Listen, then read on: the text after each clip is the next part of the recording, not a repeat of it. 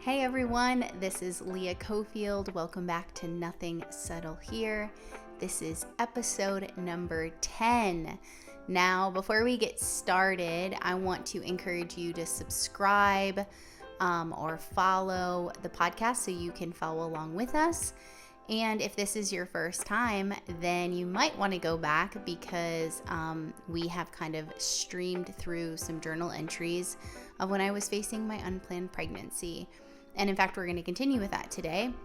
Or don't start from the beginning and just start right here today.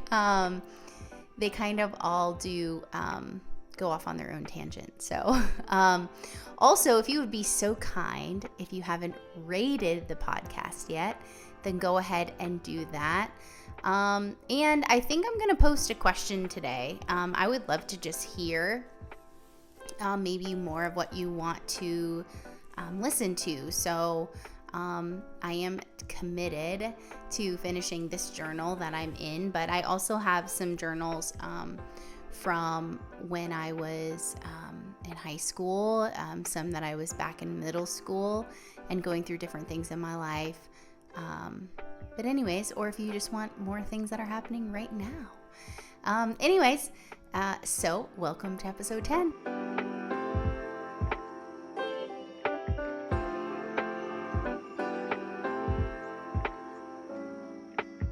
This is where we are going to pick up back into the journal of the secrets of what lies within. And it is dated 11/17/2005. Wow, it's been so long since I've last written. There's so much that has happened.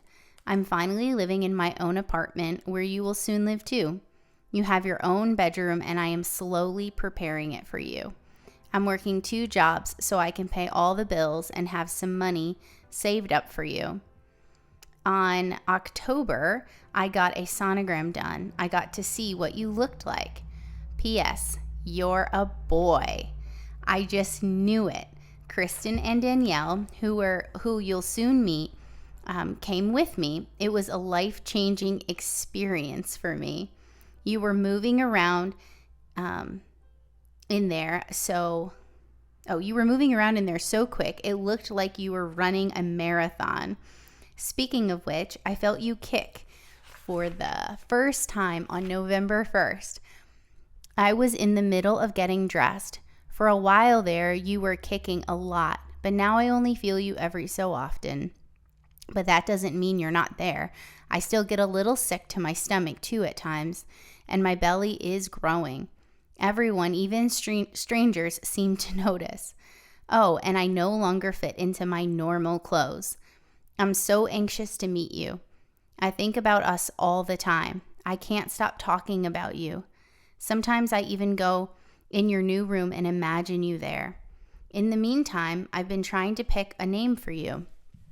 So at the beginning, I really liked Giovanni, but it doesn't go with my last name, or Frank's, your dad.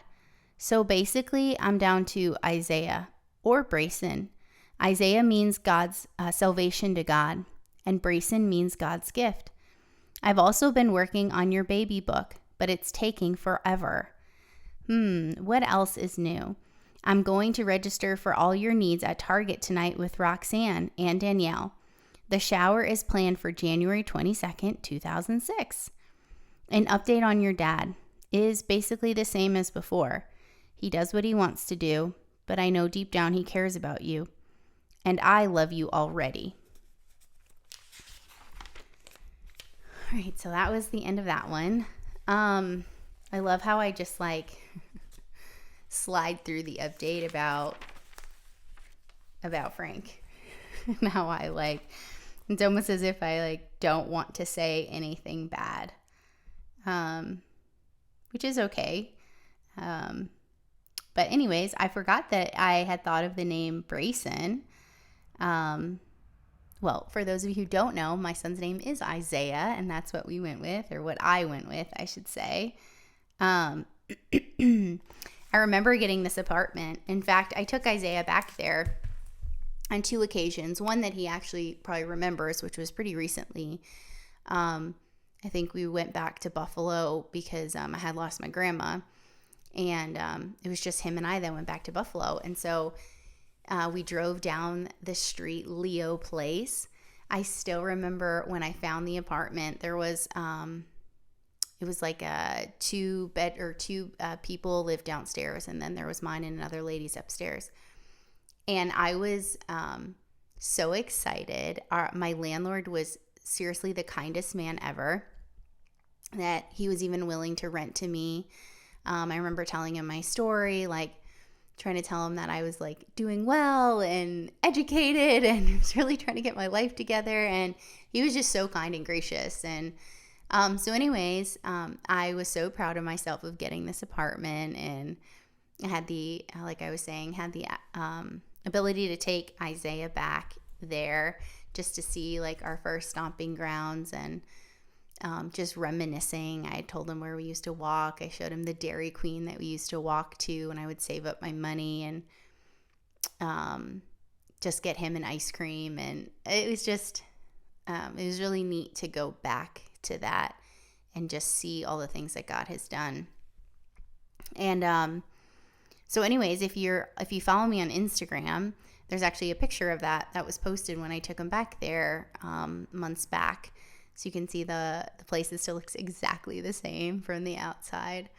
But anyways, I was so proud of myself for working and saving up my money. And I even remember staying up one night. I think Danielle and Kristen were with me, and we were trying to put together the crib. Oh my gosh. It was a hot mess at first. It took us a long time, but we did do it. And I remember setting up his room and being so strategic and so like precise where I was laying everything. And I just remember feeling a joy and anticipation, anxious, right? Of like not knowing what to expect, but a real sense of joy of welcoming who I now knew was going to be a son. Truth be told, I was elated that it was a boy and relieved that it was a boy, because I was terrified. I was terrified already of having a child, right? And even more terrified if it was a girl, just knowing and recognizing the broken relationship that I had with my mom, and so terrified that I would repeat anything, and just I already felt like ill-equipped to have a child, and then it would have been double to raise a little girl. And so yeah, it was like a sense of relief, like, okay, it's a boy, maybe I can do this. And he's just a phenomenal child. And so anyways, so yeah, I think that comes to mind when I read this. I laughed as I read about his baby book, because I think it was last week I talked about how I gave my mom so much trouble over not having a baby book for me. And guess what? Isaiah doesn't have a baby book. Wow. He does have this book, this journal, and I do have like 3 totes of all of his stuff from when he was a baby, and like photos that we took, and his first book, and his baby blanket, and all of those things. But he doesn't actually have like a baby book. So I guess that was a fail on my part. Wow. I guess it's like I really gave my mom a really hard time about that. And here I am and did the same thing. And I know, like, you might be thinking, it's a baby book, it's not that serious. But I think I'm just having like this realization of like how quick it is to like judge and put pressure maybe on someone else when you haven't gone through it.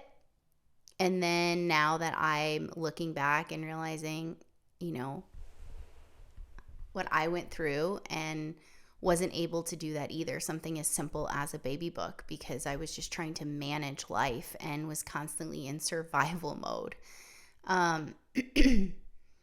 And realizing that maybe my mom, was in survival mode too. And now I know hers was, she was also dealing with addictions and those things, but realizing that she was going through turmoil too and was just trying to get by. And a baby book is not a priority, right? So anyways, I'm rambling. I think some other things that I've been dealing with, and just in the midst of, I think I mentioned last week, just with Mother's Day, and thinking about my mom and just my own children, but especially Isaiah, just with what's been in the forefront for me with reading this. And motherhood is so hard. It's so difficult. It's so challenging. There's no book, right, that tells us, actually there's like hundreds of books, but none that really give us a prescription of what we're supposed to do, because every child is so different. And just the other day I sat down with my son and my daughter, actually, but had a longer conversation with my son, and he said something really hard. He said, actually just a few days ago, he said, "Mom, you've been yelling at me a lot this week." And, it was hard to hear, but something that I try my best to practice at home and in most of my relationships is validating someone. And because, see, validation doesn't mean we agree with them. And a lot of people get that confused, especially parents with teenagers. They want to prove their point, and there's this conflict of like whose ego is going to win, like who's going to prove who's right. But validation doesn't mean we agree with how somebody is feeling. But we can honor, or we can sympathize or empathize with them and say, I hear how you're feeling. Maybe you're feeling like I was quick with you or frustrated with you this week, and that's hard to deal with. So it doesn't mean that I necessarily agree that I was being extra hard on him or whatever the case is. Anyways, so after I was done listening to him, we were able to have a pretty mature, healthy conversation, and I was able to hear him out. And then I was also able to share my point of view. And I was able to explain to him like the frustrations that I was dealing with this week, the hard things that I've been still processing through with grieving my mom, and really get down to the bottom line of why there were some consequences this week of just me feeling disrespected when, he doesn't engage in a conversation or reply, or has selective hearing, if you will. Any other teenagers have selective hearing? And so anyways, where I was going with all of that is it's so important for us as adults, as parents, to sit down with our children and allow them to say the hard things to us. Allow them to say the uncomfortable things to us, because it keeps us in check. It keeps me in check. It keeps me aware of how I'm being perceived by others, how other people see me. And one of the other things that he said the other day was basically I was asking him like, well, when you raise your voice, I feel disrespected. And he said, well, I'm getting frustrated, so I'm basically raising my voice. And I understood that, and I said, I get that. I mean, I've been there. I, still working on that in my own life. And I guess later I processed that a little bit more, because my son has never really it's not really a strength of his to share his opinion, to voice his concerns. And a lot of that goes back to my parenting when he was little. And so when you're in survival mode, see, I knew this would all come back together. I didn't know where my brain was going, but now I just figured it out. When you're in survival mode, it's like there's no room for anything else. It's like you're just trying to make it to the next day. You're just trying to make it through the hour, make it through the day.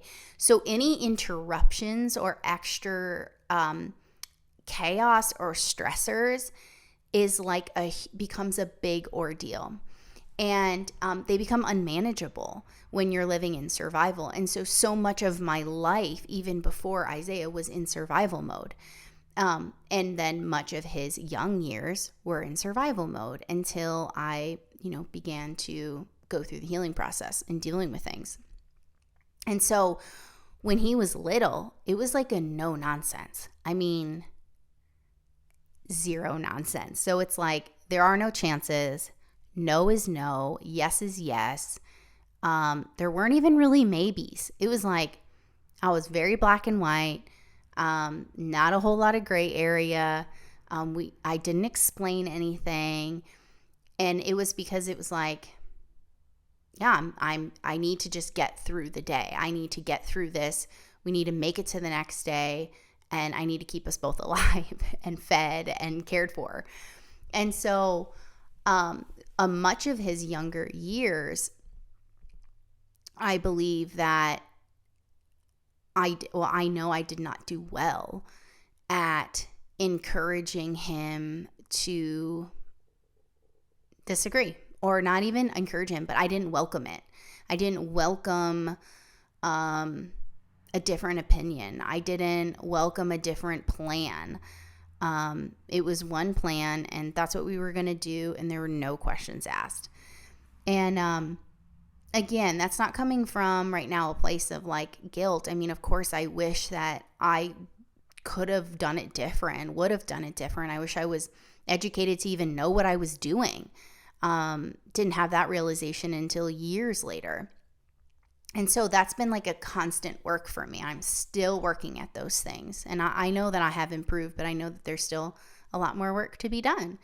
And yeah, so when he does give feedback or say hard things, sometimes I find myself like, whoa, like I have to catch my ego. I have to catch myself and welcome and create the space for him to be able to do that, because I don't want that shut down in him. I want him to be able to feel empowered and confident to be able to share something respectfully, but to still share a disagreeing opinion or a thought or a feeling that he's having. And it's interesting because my daughter, she's real confident in sharing her disagreements and voicing her opinion, and it doesn't shock me when she does it. And it's like realizing, wow, I'm a totally different parent that my son got that my daughter has now. I mean, just completely different. And unfortunately, she has fortunately, like she has a better version of me than my son ever got of me. And that was simply because of my age, my circumstances, my life experiences, and what I was dealing with. And so again, it's not a guilt necessarily, but more of an awareness of the areas that I still need work into and then the areas that I've improved in. And yeah, so anyways, I think the last thing that I was going to say is when we're in survival mode, we're very reactive. It's like our nervous system is telling us we need to fight, flee, or we're freezing, and we're unable to regulate. And I do a lot of work now with just regulating our emotions. How do we help co-regulate our children? And I'm realizing that when I am still stressed out, like right now with this grieving process, I'm realizing my window of tolerance to deal with stress is very small, very, very small. So I'll catch like my husband or somebody saying like, it's not that big of a deal. And I'm inside like, it's a huge deal. What are you talking about? Because my window of tolerance right now is so small. And I'm learning to regulate through this grief that I'm feeling, but it's new territory for me. I've never experienced this before. And so I'm being graceful with myself, but I'm also challenging myself to regulate through what's going on. And so I encourage you to do the same thing, to recognize like, where are you at? What is your body communicating to you? What is the things that you need during your difficult time, your difficult season? Because our body is constantly communicating to us. It's communicating the things that it needs to be able to regulate in a healthy way, of course. So, I encourage you to take a step back and ask yourself, like, what is it that I need? What is it that my body needs to be able to regulate through what's happening? Is it space? Is it support from somebody else? Is it a listening ear? Is it I need a nap?